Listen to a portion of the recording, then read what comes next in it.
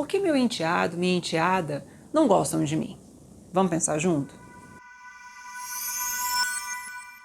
Na maioria absoluta dos casos, quando o filho, o enteado, não gosta da madrasta ou do padrasto, nós estamos falando de um problema que é dos adultos, não é do filho.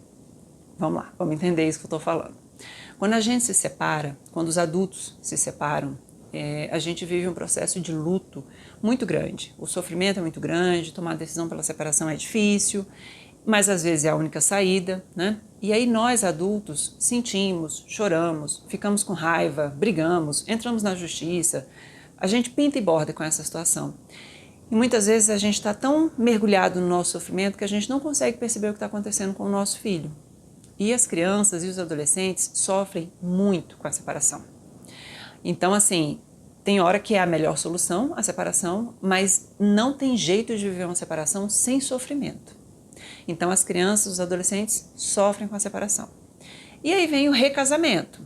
Ok, natural, vamos continuar a vida, né? Só que muitas vezes, quando a gente vive o recasamento, os adultos ainda estão muito magoados, muito machucados.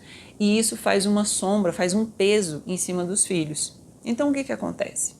Quando o enteado não gosta da madrasta ou do padrasto, cria problema dentro da família, nesse recasamento, a maioria absoluta das vezes, a gente está falando de adultos que não conseguem se resolver, se conversar, e aí delegam para essa criança, para esse adolescente, esse mal-estar.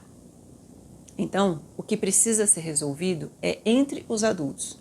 Adultos que podem, a gente pode estar falando do ex-casal, que fez a separação e que ainda não simbolizou, que ainda não viveu o luto que precisava viver e cria muitos problemas na cabeça da criança, inclusive problemas para que essa criança, esse adolescente não gostem da nova parceria, do pai ou da mãe, né? Ou esses parceiros novos que entram na relação, o padrasto e a madrasta, que têm problemas em relação à própria parceria. Tem ciúme do ex, do parceiro, né, da parceira. Tem insegurança com relação a essa criança, esse adolescente, quando ele chega na casa desse casal recasado. Às vezes o novo cônjuge pensa, percebe, sente como se aquela criança, aquele adolescente estivesse lá só para criar problema, como se ele andasse com uma procuração, representando o ex-cônjuge, né? Mas escute que nós estamos falando dos adultos e não dos filhos. Então, se você tem esse problema aí na sua casa, na sua relação com o seu parceiro, com a sua parceira, eu convido para que vocês conversem sobre como vocês vão lidar com esses filhos, do primeiro casamento, do segundo casamento, de um, do outro, enfim. Lembrando sempre que os adultos dessa relação são os pais, são a madrasta e o padrasto, não são os adolescentes e as crianças. A gente não pode delegar o bem-estar da família ao funcionamento da criança ou do adolescente. A gente tem que se juntar como adultos e proporcionar para ela um lugar seguro para que ela possa se desenvolver. Vamos pensar junto.